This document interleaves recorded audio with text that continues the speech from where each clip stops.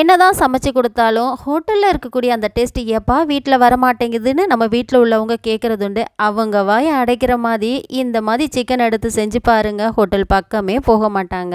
நான் வந்து இப்போ ரூ. 350 அளவுக்கு சிக்கன் எடுத்து வச்சுருக்கேன். இது ஹோட்டலில் போய் சாப்பிட்டீங்க அப்படின்னா நிறைய ஆகும். நம்ம வீட்டிலையே சிம்பிளாக செஞ்சிடலாம்.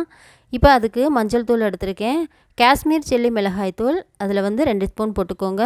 இது வந்து கரம் மசாலா அதுலேயும் 2 ஸ்பூன் சேர்த்துட்டு, 65 மசாலா அரை ஸ்பூன் சேர்த்துட்டு, கரம் மசாலாவும் நம்ம சேர்த்துருக்கோம்ல, அதனால் 65 மசாலா அரை ஸ்பூன் போதும்.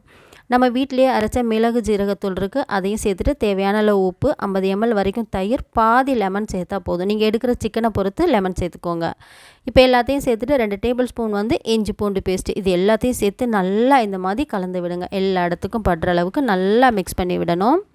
இப்போ எல்லாத்தையும் மிக்ஸ் பண்ணி விட்டுட்டு இதை வந்து ஒரு கொஞ்சம் நேரம் கண்டிப்பாக ஊற வச்சுருங்க. அப்போ தான் அந்த ஹோட்டலில் கிடைக்கக்கூடிய டேஸ்ட் வந்து நமக்கு கிடைக்கும். இப்போ எல்லா மசாலாவை இந்த மாதிரி தடவி விட்டுட்டோம். தடவி விட்டுட்டு என்ன பண்ணணும் அப்படின்னா, ஒரு 5-10 நிமிஷத்துக்கு ஒருக்கா இதை எடுத்து மறுபடியும் நம்ம கலந்து விடணும். சரியாக நான் ஒரு மணி நேரத்துக்கு இந்த மாதிரி மசாலா போட்டு அப்படியே வச்சுட்டேன். ஆனால் அரை மணி நேரத்துக்கு ஒருக்கா ஒரு 2 தடவை ஓப்பன் பண்ணி அதை வந்து கலந்து விட்டுருந்தேன்.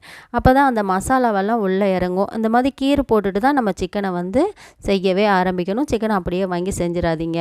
இதை இவ்வளோ பெரிய சிக்கனில் தான் செய்யணுமான்னு கேட்டால் இல்லை, இதை வந்து நீங்கள் நார்மலாக சின்ன சிக்கன்லையும் நீங்கள் இதே போல் செஞ்சுக்கலாம்.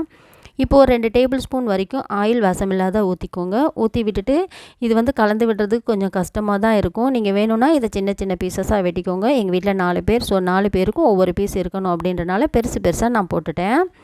இப்போ இதை ஓரங்கள்லாம் நல்லா கலந்து விட்டுட்டு இதை அப்படியே மேலேருந்து கீழே இதை அப்படியே பெரட்டி விடணும். இதை வந்து நீங்கள் கவனமாக செஞ்சுக்கோங்க. இதை வந்து ஒவ்வொரு பீஸாக எடுத்து நான் இந்த மாதிரி பெரட்டி விட்டுட்டு, முக்கியமாக இந்த மாதிரி பெரட்டி விட்டதுக்கு அப்புறம் என்ன செய்யணும்னா, அதில் இருக்கக்கூடிய மசாலா தண்ணி இருக்குல்ல, கொஞ்சம் கூட 1 ஸ்பூன் தண்ணி கூட நீங்கள் விட்டுறக்கூடாது. விட்டோம் அப்படின்னாலே அதோட டேஸ்ட் சுத்தமாக இருக்காது.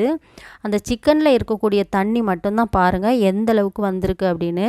இந்த மாதிரி தண்ணியை எடுத்து அந்த சிக்கன் மேலே வந்து ஊற்றி விட்டுட்டே இருக்கணும் ஒரு 5 நிமிஷத்துக்கு ஒருக்கா. இந்த மாதிரியெல்லாம் செய்யும்போது தான் அந்த ரெஸ்டாரண்ட்டில் கிடைக்கக்கூடிய டேஸ்ட் வந்து நமக்கு கிடைக்கும். கொஞ்சம் ரிஸ்க் எடுத்தால் தான் நம்ம வந்து நல்ல டேஸ்ட்டாக வந்து வீட்டிலையே சாப்பிட முடியும். இதை நல்லா இந்த மாதிரி கலந்து விட்டுட்டு இதை மறுபடியும் ஒரு மூடியை போட்டு மூடிக்கலாம். இந்த இடத்துல வந்து நீங்கள் குடமிளகாய் சேர்த்துக்கலாம், கேரட்டு, பீன்ஸு தேவைப்பட்டால் சேர்த்துக்கலாம். ஆனால் கண்டிப்பாக இதில் வந்து குடமிளகாய் சேர்த்துக்கோங்க, அதோட வாசம் வந்து நல்லாயிருக்கும். குடமிளகாய் சேர்த்துட்டு சரியாக 1 ஸ்பூன் மட்டும் ஒரிகானோ சேர்த்துக்கணும். அந்த ஒரிகானோ சேர்க்கும்போது அது நல்லா வாசமாகவும் நல்ல ஒரு சுவையாக உங்களுக்கு வந்து இருக்கும். இப்போ மசாலா வந்து கீழே இறங்கியிருக்குல்ல, அந்த தண்ணியை எடுத்து மேலே ஊற்றி விட்டுட்டேன். இப்போ இந்த டைமில் வந்து நம்ம அப்படியே ஸ்டவ்வை ஆஃப் பண்ணிடணும். ஆஃப் பண்ணிட்டோம் அப்படின்னா அந்த ஆயிலெலாம் பிரிஞ்சு நமக்கு சூப்பராக வந்து இந்த மாதிரி வரும். நீங்களும் ட்ரை பண்ணி பார்த்துட்டு இதோட டேஸ்ட் எப்படி வந்துச்சு அப்படின்னு சொல்லுங்கள். பாய்.